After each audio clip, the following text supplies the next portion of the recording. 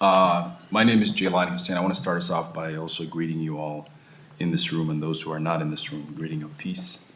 Assalamu alaikum wa rahmatullahi wa barakatuh. May peace and blessings be upon you all. I am the Executive Director for the Council of American Islamic Relations, Minnesota chapter here.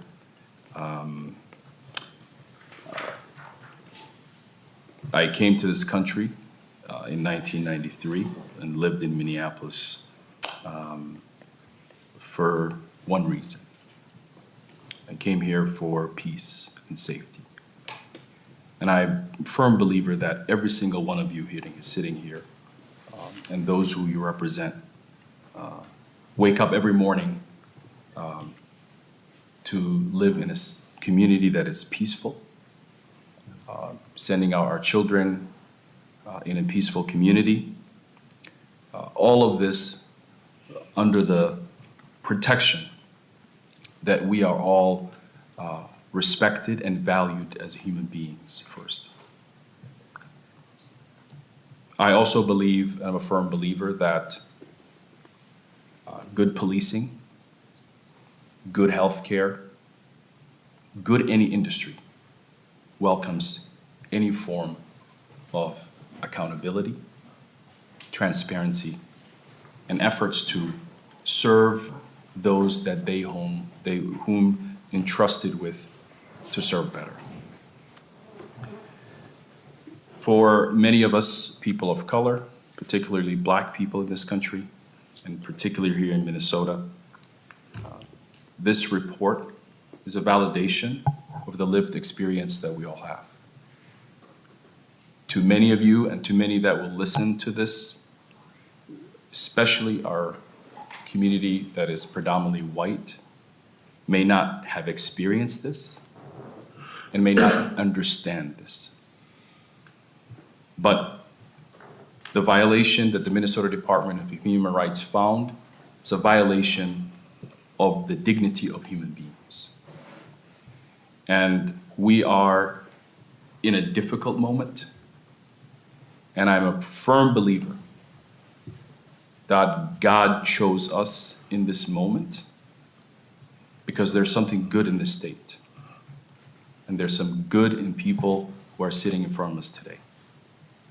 We did not choose this burden to carry the legacy of the most recognized police brutality case in the world. It did not happen by a vacuum to happen in the middle of a pandemic when we all were in our homes and had to watch that video, but we did. And history will always teach us that people will continue to deny justice, to act as if they have not seen it. But I believe this is a moment for our state to lead not only our nation, but the world.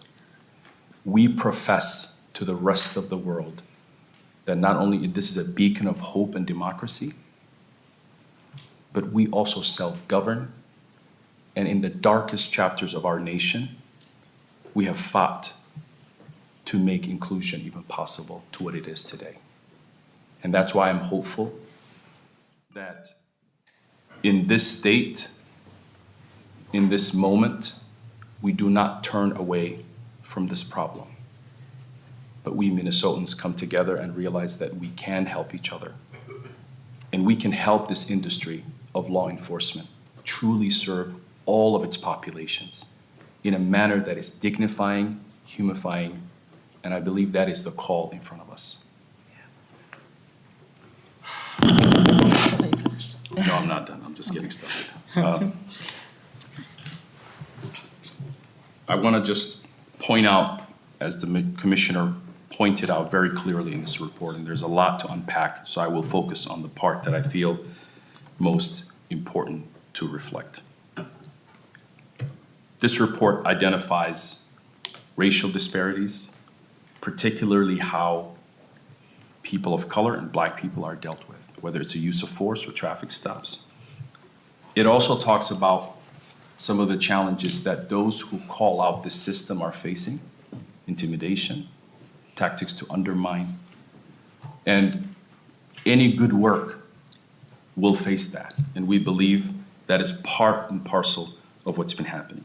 Racism, misogyny, disrespectful language, this is something that we do not accept in our own homes. Neither should we expect from those who we hold to uphold the law in our communities. The most troubling aspect of this report, it outlines everything that you've heard of.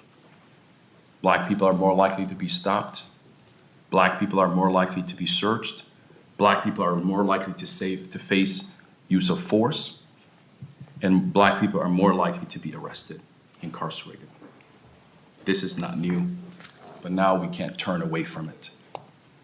The part that I wanted to specifically discuss, which is incredibly important because I believe this body and the legislature, especially the state leaders, have a responsibility to respond to accountability. The commissioner mentioned this. If a police officer makes a mistake, they're human beings, they can make mistakes. There's a checks and balances. The next officer, the sergeant, the person in charge of dealing with that incident is not holding them accountable. When the superiors, then that incident reaches that level, they're also not holding them accountable. And furthermore, there is no level of accountability that this report shows to be a hope or something that is actually in existence. In fact, the Minneapolis Office of Police Conduct Review, in its 8-year history, and these numbers are right at the time when George Floyd was killed, we know that citizens do not report against the police. But for those who did, 3,434 incidents, only 20 police officers were held to somewhat of an accountability. That is 0.58%. The national average is 7 to 8%.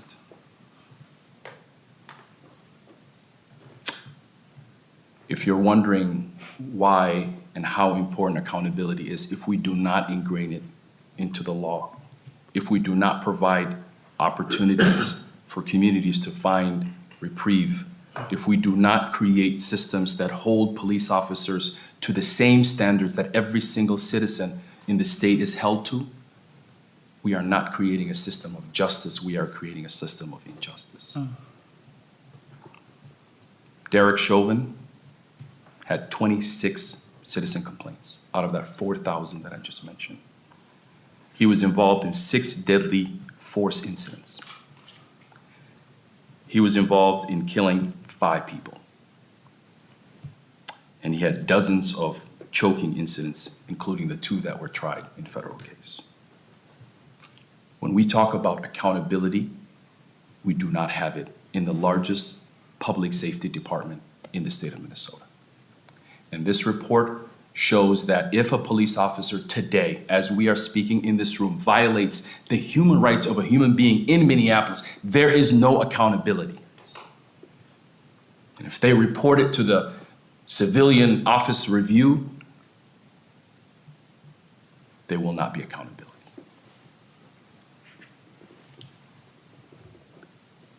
It is easy to ignore the voices of many people who have said every single thing that this report says, testified before you. You've heard it in the news. It's time to start believing in the impacted communities. And it's time for leaders of both parties to recognize that we have a moral and ethical responsibility to hold law enforcement accountable in order to ensure that we can fully say that our justice system is true to its core. And right now we cannot say that. We are all children of God. God is the one who has given us the value, and He's the one who's dignified every single human being. If we have politicized this, we would have politicized the most sacred aspect, which is the human value. So I hope this hearing does not become another political charade, but it becomes what it is, an opportunity to lean in and fight for a better Minnesota and a better United States of America. We have done it before in the past, and we can do it once again. And there's no one else coming to save us. We have to save ourselves. And if I speak to the young people in the community who do not believe that police officers not only respect them, but that they are the law, that the vanguards who protect us, we cannot have a conversation with them about moving forward if the Department of Human Rights says that the city of Minneapolis is in violations of human rights. So I implore to you and to the many people who will eventually hear about this report and continue to hear this work, I am disappointed that we did not have the outcry that we have in other industries. If any other report came out about our vaccines or healthcare or anything else, there'd be nights and nights of discussions about what to do. But when it's about Black people in this state, we seem to find fallacies to hide behind. Well, I personally believe in God, and I do not believe any of you are sitting in those seats by accident. And I do not believe that there will be a day that you will stand in front of God and say you could not have seen the humanity in others. Good policing, good law enforcement welcomes accountability. It is your job now to advocate for good policing and good accountability in our state. Thank you.